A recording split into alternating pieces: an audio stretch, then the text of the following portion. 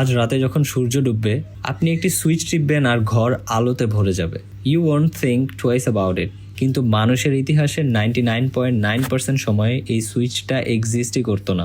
যখন সূর্য ডুবত পৃথিবী ঘুটঘুটে অন্ধকার হয়ে যেত, নিজের হাত নিজের চোখের সামনে ধরলেও দেখা যেত না।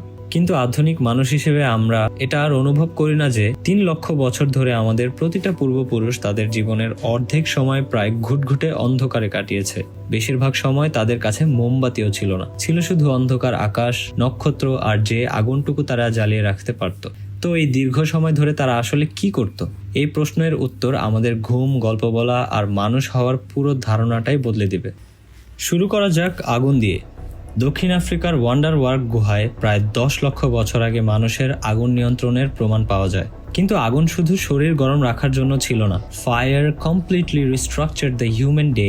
আগুনের আগে আমাদের পূর্বপুরুষরা অন্য প্রাইমেটদের মতোই ছিল।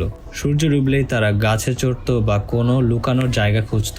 অন্ধকারের নড়াচড়া মানেই ছিল অন্য প্রাণীর খাবার হওয়া। চিতাবাঘ, হায়না বা নেকড়েদের তুলনায় আমাদের রাতের দৃষ্টি খুবই দুর্বল। আগুন এই সমীকরণটা এক রাতে বদলে দিল। একটা ক্যাম্প ফায়ার প্রায় 30 ফুটের একটা নিরাপত্তা বৃত্ত তৈরি করে।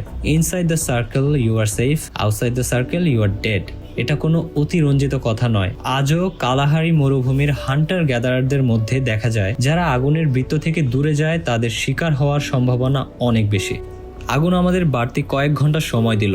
নৃবিজ্ঞানী পলি উইজনার 2014 সালে একটা চমৎকার স্টাডি পাবলিশ করেন। তিনি কালাহারি জু হোয়ানসি উপজাতির কথোপকথন রেকর্ড করেন। তিনি দেখলেন দিনের বেলা প্রায় 80% কথা হয় কাজ নিয়ে, কোথায় শিকার হবে, কোন গাছ থেকে ফল পাওয়া যাবে, মানে পিওরলি ইকোনমিক টক। রাতের বেলা চিত্রটা উল্টে যায়। 81% কথা হয় গল্প নিয়ে, দূর দেশের অ্যাডভেঞ্চার, হাসাহাসি, মিথোলজি আর রূপকথা নিয়ে। আগুনের চারপাশে এই আড্ডাই হলো মানুষের কালচারের জন্মভূমি। The campfire was the original theatre, the original classroom and the original church. এখানেই মানুষ বর্তমানের বাইরে গিয়ে ভবিষ্যতের কথা চিন্তা করতে শিখেছে। এখন আসি সবচেয়ে বড় চমকে। আপনি কি মনে করেন একটানা 8 ঘন্টা ঘুমানোই স্বাভাবিক? You are not design to sleep the way you sleep right now. 2001 সালে ইতিহাসবিদ রজার ইকার্ক 16 বছরের গবেষণার পর একটা পেপার পাবলিশ করেন। তিনি 1400 সালের প্রার্থনা বই থেকে শুরু করে আদালতের রেকর্ড আর হোমারের ওডিসি সবখানে এই জিনিসটা পেলেন, first sleep and second sleep. Industrial যুগের আগে মানুষ একটানা ঘুমাতো না। তারা সূর্য ডোবার কিছু পরে ঘুমানোর জন্য শুয়ে পড়তো, 4 ঘন্টা ঘুমাতো, তারপর মাঝরাতে 1 থেকে 2 ঘন্টার জন্য জেগে থাকতো, এরপর আবার 4 ঘন্টার জন্য ঘুমাতো। This was normal. এই মাঝরাতে জেগে থাকার সময়টা তারা কি করত? প্রতিবেশীদের সাথে দেখা করত, স্বপ্ন নিয়ে আলোচনা করত, কেউ কেউ পড়াশোনা করত, কিংবা নিস্তব্ধ অন্ধকারে শুয়ে শুধু চিন্তা করত।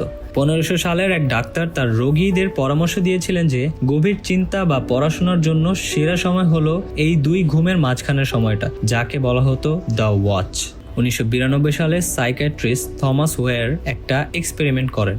তিনি একদল মানুষকে 1 মাস ধরে কৃত্রিম আলো ছাড়া প্রতিদিন 14 ঘন্টা অন্ধকারে রাখলেন। কয়েক সপ্তাহের মধ্যেই তারা একটা প্যাটার্নে চলে এলো। 4 ঘন্টা ঘুম, 1 থেকে 3 ঘন্টা জেগে থাকা, আবার 4 ঘন্টা ঘুম। কেউ তাদের এটা করতে বলেনি। তাদের শরীর নিজে থেকেই এই প্রাচীন রিদমে ফিরে গিয়েছিল। জেগে থাকা অবস্থায় তাদের ব্রেন থেকে প্রোল্যাকটিন হরমোন নিঃসরণ হচ্ছিল, যা আমাদের মেডিটেশনের সময় রিলিজ হয়। তারা গভীর প্রশান্তি আর ধ্যানের মতো একটা অনুভূতির কথা বলছিল। 1600 সালের দিকে শহরে স্ট্রিট ল্যাম্প আসা শুরু করলো। 1879 সালে থমাস এডিসন বাল্ব কমার্শিয়ালাইজ করলেন, আর এক প্রজন্মের মধ্যেই 3 লক্ষ বছরের অন্ধকার রাত চিরতরে হারিয়ে গেল। আজকাল আমরা রাত 11টায় যখন স্মার্টফোন বা ল্যাপটপের ব্লু লাইটের দিকে তাকাই, আমাদের ব্রেন মনে করে এখনো দিন। এটা মেলাটোনিন হরমোনকে ব্লক করে দেয়, আমাদের ঘুম ভেঙে যায়। একেই আমরা বলি ইনসোমনিয়া বা অনিদ্রা।